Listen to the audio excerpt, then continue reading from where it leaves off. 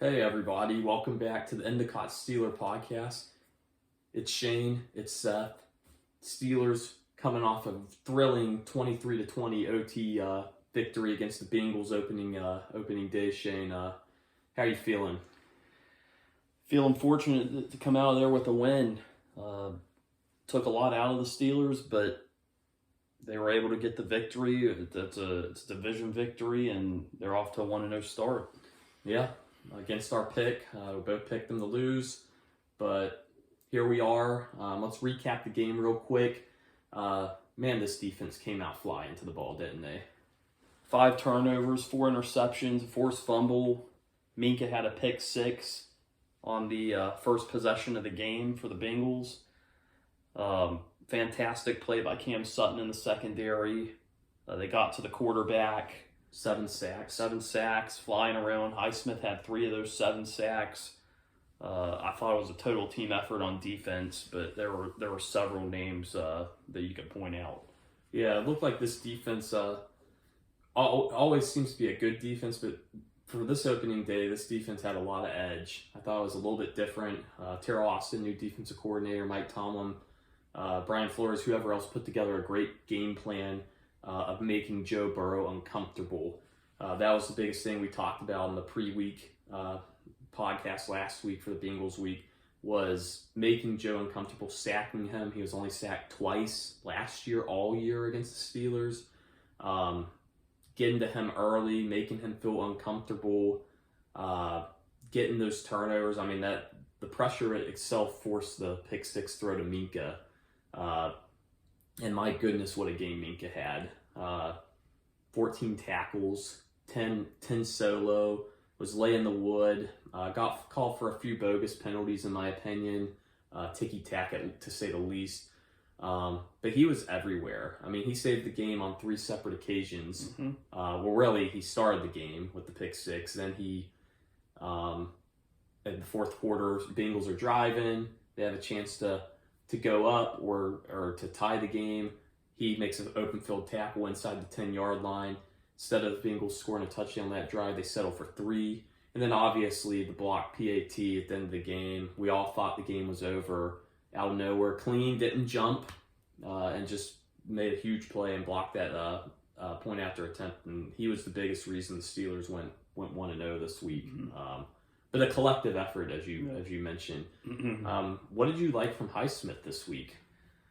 Well, obviously the 3 sacks, but I thought he was involved in the run game as well, stuffing the run. We mentioned that last week on the pre-show, the preview to the Bengals week. Stopping the run has been a point of emphasis. It's been talked a lot about this offseason, and the Steelers backed it up this week. Mm-hmm. They're going to have to be much better than they were against the run. They were 32nd against the run last year, and I thought they did a pretty good job of holding Mixon at bay. Yeah, 3 yards a carry for Mixon. We'll take that all day for a defense that gave up about 5 yards carry last year.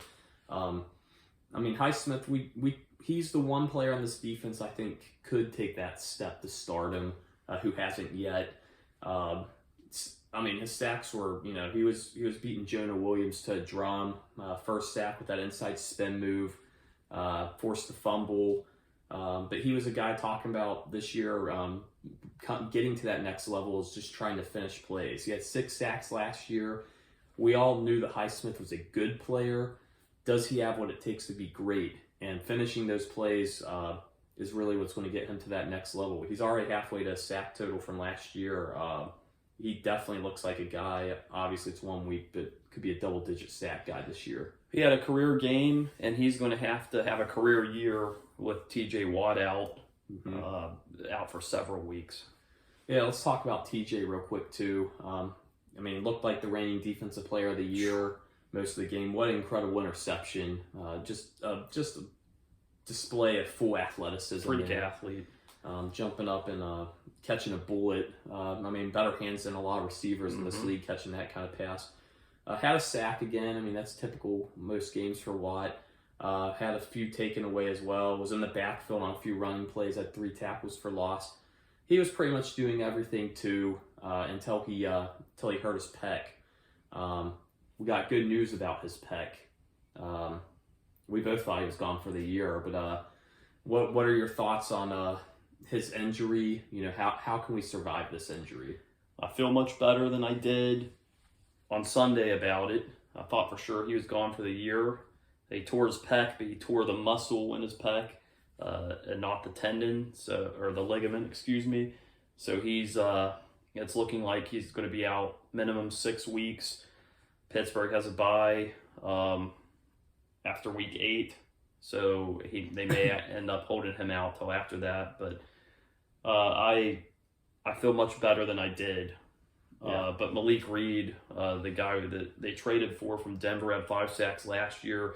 Thought he stepped in this game and played admirably, and he's going to have to step up now as the next man up mentality. Yeah, you're definitely going to see him a lot. He's going to get the playing time he wants these next several weeks. And also I think he's going to get opportunities because I think you're going to see a lot more double teams and focus on Cam Hayward and Alex Highsmith the next few weeks with Watt out. I think everybody's got to step it up. You might see Delonte Scott come up from the practice squad as well. But this is going to be a collective effort. I mean, we're not expecting anybody to replace T.J. Watt, but we are expecting, I think if the Steelers want to compete this year for the playoffs, they're going to have their defense still be above average. They can't rely on one player. It just worries me with a few years ago when Shazier got hurt against the Bengals. Ironically, the Steelers defense didn't really recover. And we don't want that to be the same case with Watt, even though he's not out the entire season, it looks like. Yep. And we're going to see if they can get to the quarterback without him. Jameer Jones will be another guy that's going to have to step up as well. Yeah, yep. Corners look good too. I thought they played really aggressive, undercutting some balls. 2 of Burrow's 4 picks were from Witherspoon and from Sutton. Sutton had 1 taken away as well, but I just thought those guys were all over the ball. Witherspoon didn't hold up quite as well in the second half against Jamar Chase, but it is hard to hold a guy down that long, and especially when the Bengals have to go to a more pass-heavy offense. They get 4 interceptions, a 5-0 turnover differential. Typically, you're going to win all of those games. The stat kept flashing up on the screen during the game. We were almost the first team to lose a +5 turnover differential game since 2012, but luckily Pittsburgh was able to pull it out. Yeah. Let's move to the offensive side of the ball. Speaking of the no turnovers, the guy who threw no turnovers or had no fumbles, Mitch Trubisky. How would you assess his first start in the black and gold? I thought it was rough. I will give him credit on a few things. First off, the turnovers, securing the football, which is crucial. The turnover battle is, in my opinion, the most important stat in football. I thought he made some plays, made some 2 good throws to Freiermuth in overtime, made a throw gave Deontay Johnson a chance, I guess, although I'm going to give Deontay Johnson more credit on that one. I thought that was an incredible catch.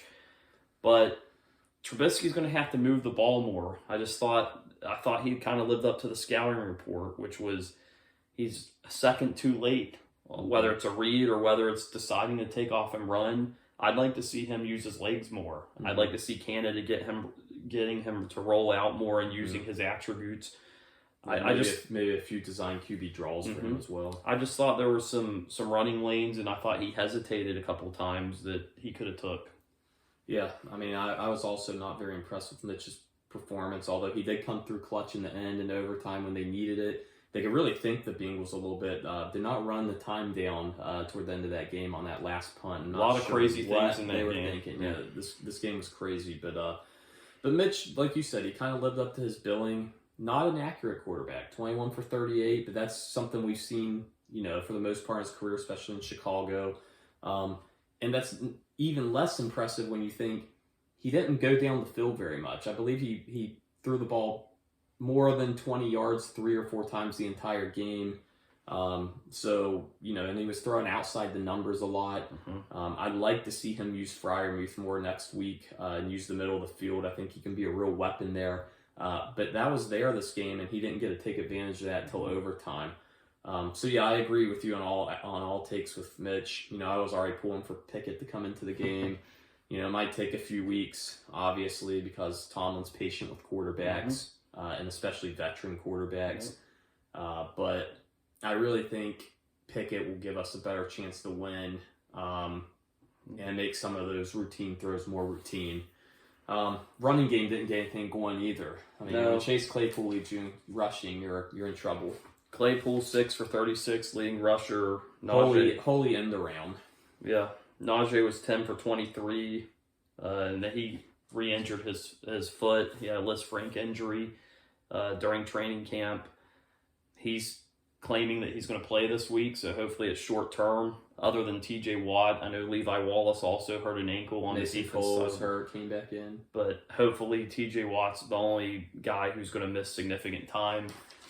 And then we had Jalen Warren 3 for 7, Mitch 3 for 9. Just they're going to have to get more out of that running game. And again, the offensive line, I thought, struggled to open holes up. Mm-hmm. And I think even when the holes were opened up, I thought Najee had two or three plays where there were good holes. Just didn't see the burst with him. I don't know if it's the Lisfranc injury.